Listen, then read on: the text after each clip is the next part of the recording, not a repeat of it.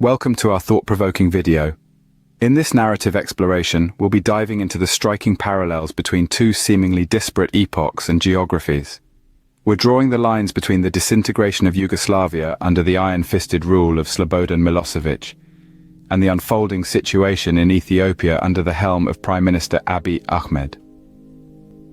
As we journey through history, we'll uncover the uncanny resemblances and the alarming echoes that reverberate between these two nations, separated by time and space. Buckle up as we embark on this insightful journey, threading through the fabric of time, unraveling the strands of history, and unearthing lessons that the past holds for our present. We invite you to join us in this deep dive into the parallels of history and the potent lessons they offer. This is Ethiopia Insight, and don't forget to subscribe. Let's start.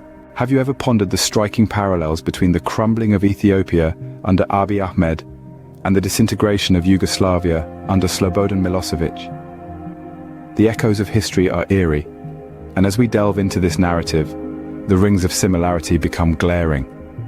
In the 1990s, the world watched in horror as Yugoslavia, a once unified nation, splintered into bitter ethnic conflicts, leading to its ultimate destruction under the reign of Slobodan Milosevic.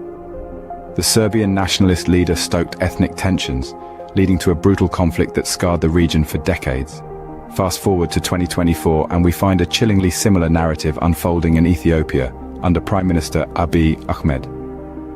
Like Milosevic, Abiy Ahmed ascended to power promising reform and unity, yet his tenure is marked by escalating ethnic tensions and violence, much like the strife that tore Yugoslavia apart. The ethnic conflicts that have erupted in Ethiopia under Abiy's rule mirror the ethno-nationalist violence that Milosevic instigated in Yugoslavia. In the north of Ethiopia, the Tigray region has been plunged into a brutal civil war, with reports of horrific human rights abuses and atrocities committed by both sides. Similarly, in the Amhara region, government-backed security forces have been accused of instigating violence and destruction, much like the Serbian forces under Milosevic.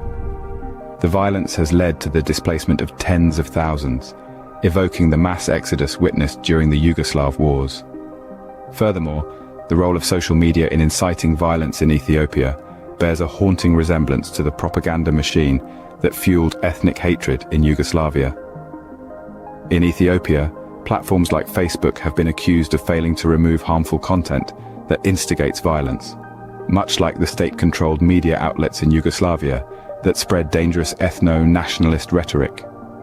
Just as Milosevic's nationalist policies led to the fragmentation of Yugoslavia, Abiy's handling of the ethnic tensions in Ethiopia threatens to shatter the unity of the nation.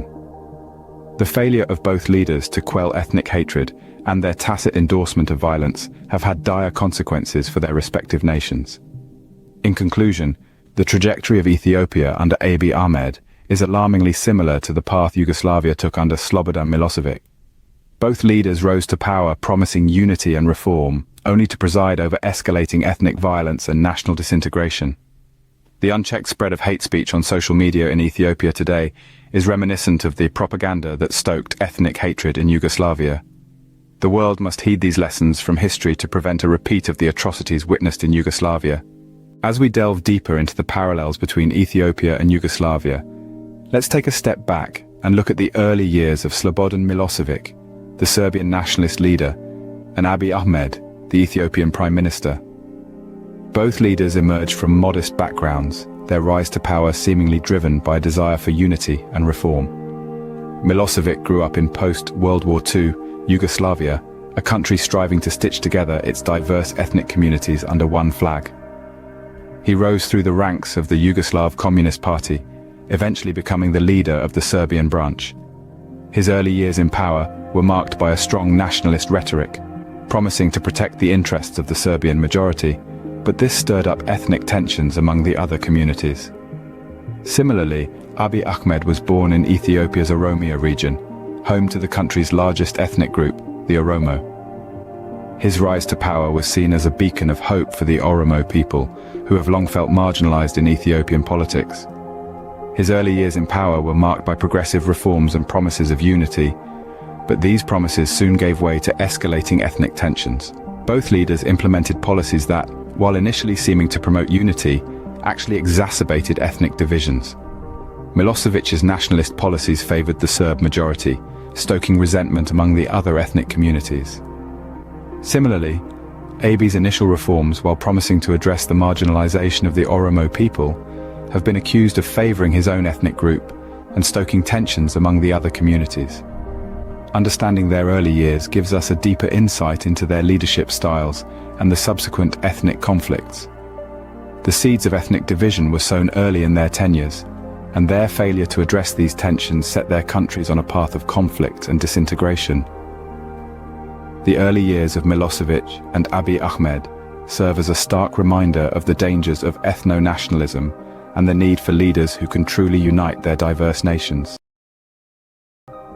As we continue to explore the parallels between Slobodan Milosevic and Abiy Ahmed, let's examine their leadership styles, specifically how they manipulated nationalism for their political gain. Both leaders harnessed the power of nationalism as a tool to consolidate their power and control. Milosevic with his strong Serbian nationalism, and Abiy Ahmed with his Oromo-centric policies, may have initially promised unity and reform, but their actions belied a different story. Their use of nationalism not only stoked ethnic tensions, but also served to strengthen their own positions of authority. They also exhibited authoritarian tendencies. Milosevic was known for his heavy-handed approach, suppressing opposition and dissent. Similarly, Abiy Ahmed has been accused of using state machinery to suppress and silence opposition, especially in the wake of the Tigray conflict. Perhaps one of the most striking parallels between the two leaders was their use of propaganda and controlled media to shape public opinion and further their political agendas. Milosevic controlled the state-run media, using it to propagate his nationalist rhetoric and vilify other ethnic communities. Abiy Ahmed too has been accused of using state and affiliated media to disseminate propaganda, particularly against the Tigray People's Liberation Front. In conclusion, the manipulation of nationalism and control of media by Milosevic and Abiy Ahmed underscore the dangers of authoritarian leadership and the importance of free press. Their leadership styles serve as a stark reminder of the destructive potential of ethno-nationalism when wielded by leaders with authoritarian tendencies. As we draw this exploration to a close, it is crucial that we reflect on the parallels between the disintegration of Yugoslavia under Slobodan Milosevic and the current situation in Ethiopia under Abiy Ahmed. The echoes of history in this comparison serve as a stark warning of the potential consequences of ethno-nationalism and authoritarian leadership.